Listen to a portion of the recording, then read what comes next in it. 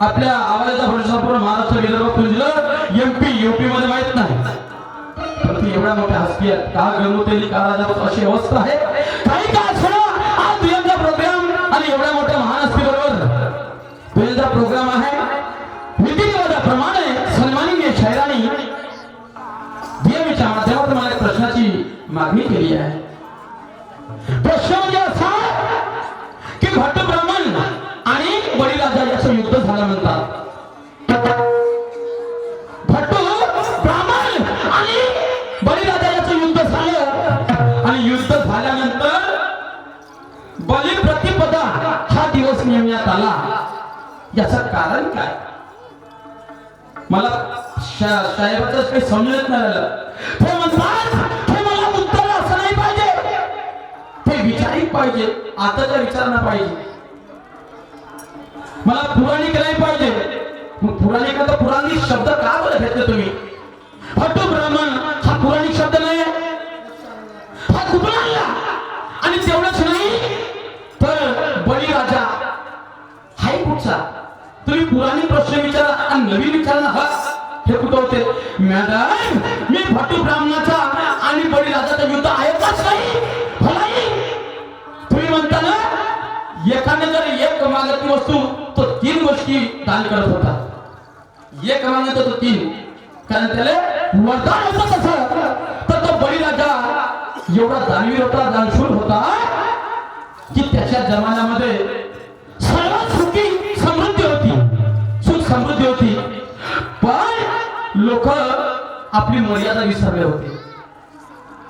मर्यादा की आपण नित्यनियमाने हे केलं पाहिजे, नित्यनियमाने ते केलं पाहिजे. आज जसं आपण आपल्याला वाटते की कष्ट नाही केलं तर उद्या माझं कसा होईल, आज 2 रुपये कमी तर उद्या माझ्या कामात येईल, असे विचार करतात. पण पहिले लोक ते विचार नव्हते करत, कारण तो दानवीर बळीराजाकडे गेला का तो सर्व प्रधान करत होता, सर्व प्रधानी करत होता.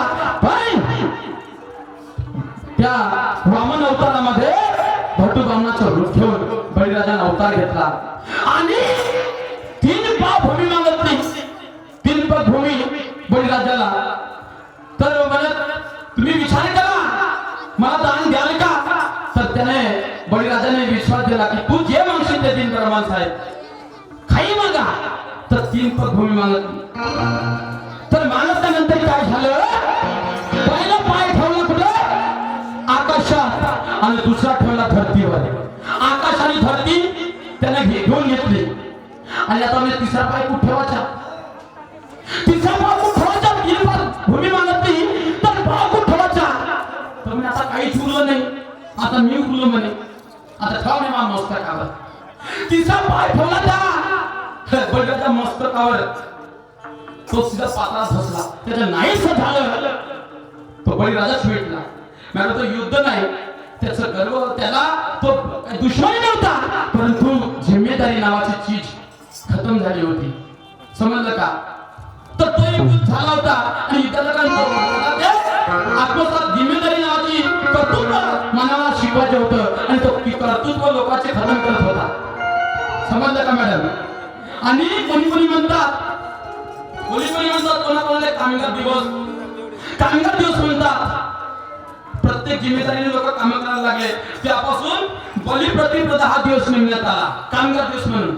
मॅडम समजलं का? आजी कोणी म्हणते बाबा कसं नाही केलं तसं होईल, तो राजा होता बरा, इडा पिढा जाऊन बळीच्या राजाला कोणी म्हणतात तो राजा यायला पाहिजे. मॅडम हे माझ्यापर्यंत प्रश्नाचं उत्तर आहे. आता एक माझा तुम्हाला प्रश्न आहे. रामाचे वडील माहित असते तुम्हाला? रामाचे वडील यांच्या एक दिवस आपत्ती आली. तेवढा मोठा राजा माणूस, दशरथ राजा म्हणतात त्याला. दशरथ राजा म्हणतात मुख्य अशा त्याच्या 3 पत्न्या होत्या.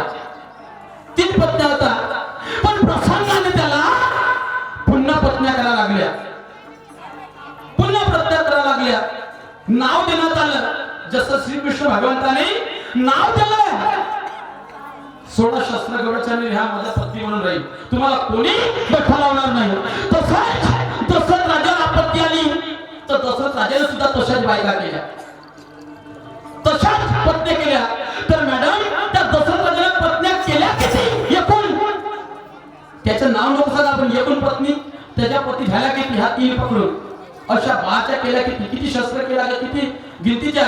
त्या दशरथ राजाने किती पत्न्या केल्या? आणि प्रसंगाने एक दिवस त्यांना स्वतः बाई बना लागलं, स्वतः बाई बना लागलं. काय संकट आलं असं? स्वतः साडी कुंडल नाकात बाईचं रूप धारण करायला लागलं दशरथ राजाला. याचं नेमकं कारण काय? आणि त्या दशरथ राजानं श्रीकृष्ण भगवंतासारख्या किती पत्न्या केल्या होत्या ते तुम्हाला सांगायचं आहे. त्याची आकडेवारी सांगा.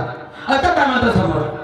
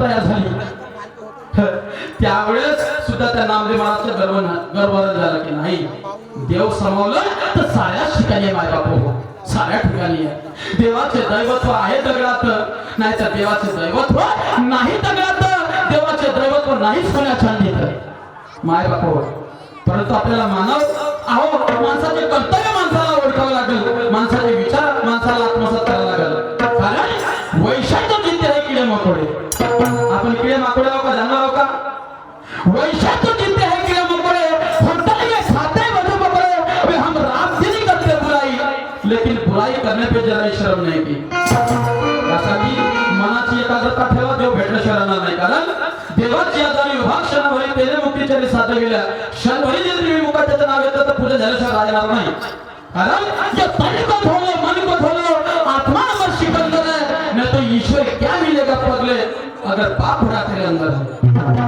म्हणून भक्ताची भक्ती पाहून प्रत्येक कृपा प्रत्येक कर्मामध्ये त्या भगवंताने अवतार घेतलेला आहे तो कसा ऐका माझा भाऊ छोटा